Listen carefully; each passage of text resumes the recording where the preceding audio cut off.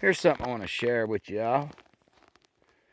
And it's because this is fresh from this morning. This is from a bear. He's pulled this back, grubbing out worms and whatever he could find in there to eat. I checked my elevation right before I started this video, and I'm at 3,000 feet right now. This little road right up here is cut. It goes up to 3,200.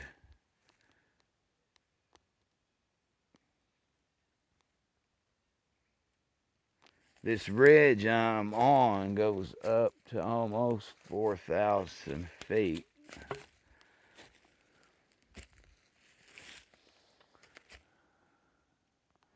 I'm actually somewhere on Little Black Mountain. I'm not on Big Black today.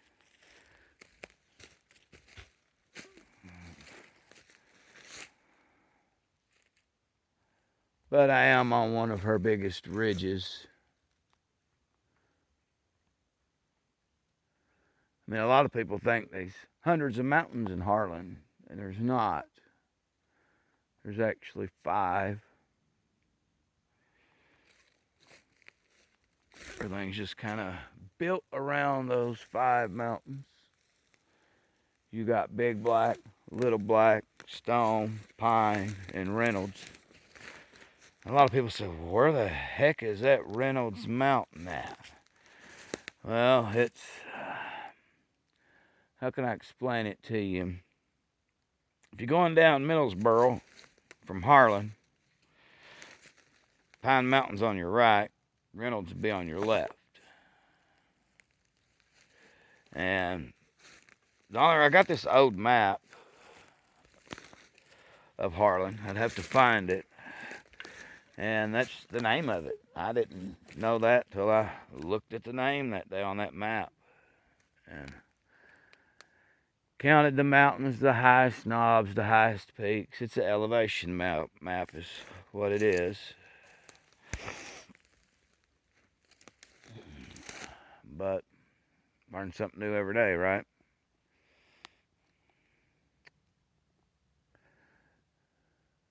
But the towns are built along the rivers. The rivers flow out of them main hollers, and then you've got all these little like foothills that run down off the main peaks. You got spurs and knobs and all kinds of different little geological features, I guess you call it. I mean, I'm a hillbilly guy, self-taught, I guess you could say. My father-in-law taught me, Earl McQueen, God rest his soul, my wife's father. He taught me a lot, about ginsenging and stuff, and about the off roots, and being worth money. And when I got into this, I was trying to find a job, and I was driving all over Harlan County, filling out applications, and people tell me, come back, just keep coming back, man, just keep coming back. Well, to keep coming back, you got to have gasoline, and got tired asking my mom, let me borrow some money, let me try to go hunt a job. I just started doing this stuff, worked it like a job. I'd work 8 hours, 10 hours right up here in these mountains, sometimes daylight to dark, depending on how good I was digging. I mean, sometimes I'd even come out in 6 hours, as long as I made my money. I mean, my goal was always to at least make 60, 70 bucks a day. That was always my goal. And then I taught myself how to dry, how to do stuff like that, and what buyers wanted, and just started asking questions, I guess.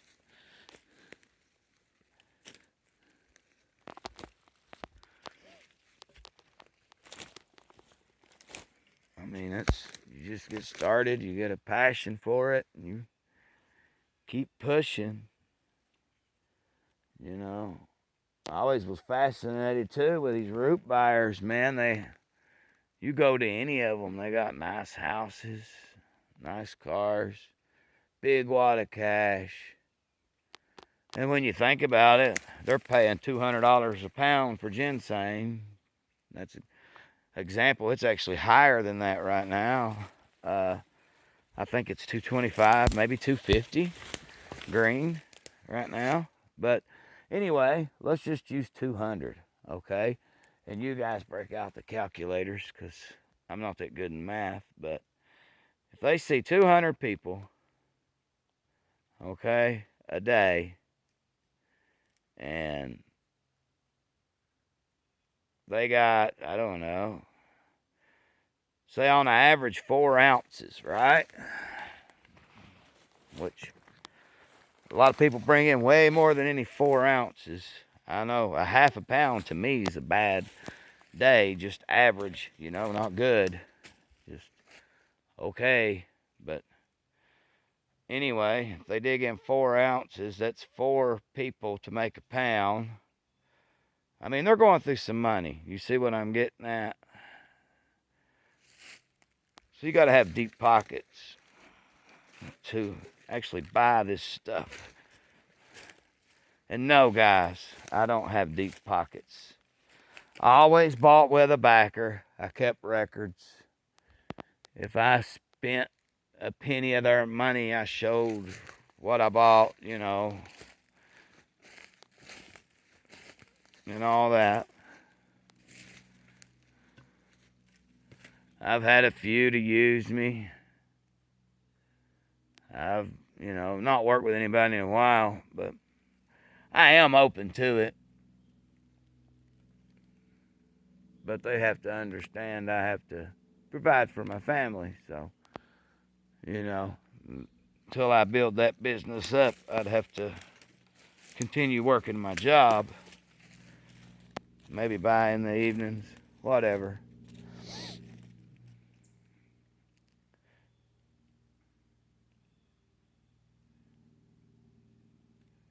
I do got a few friends I might buy some cohosh and stuff like that off of, but other than that, I pretty much retired from this game.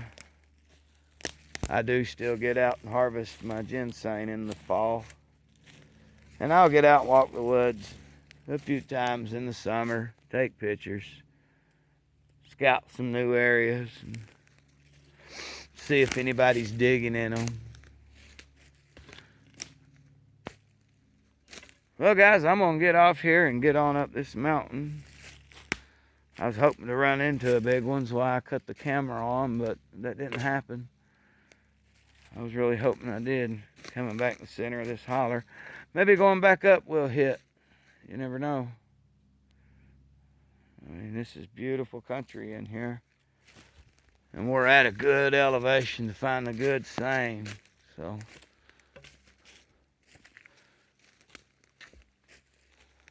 hopefully, maybe we'll get into some. So, take care, guys, and be safe out there. And remember to try to be good to people, folks. There's a lot of people out there that ain't got a lot. I'm one of them,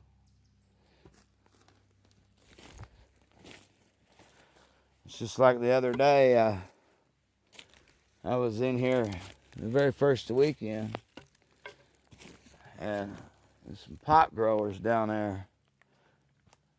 And then all of a sudden, them pot growers basically started hunting me. I guess they just wanted to know who I was.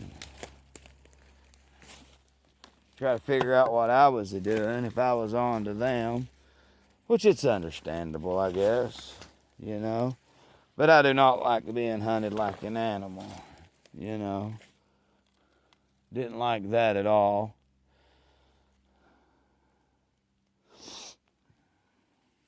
And oh yeah, I pack protection with me. I've got a 9mm with me today. A red dot sky. But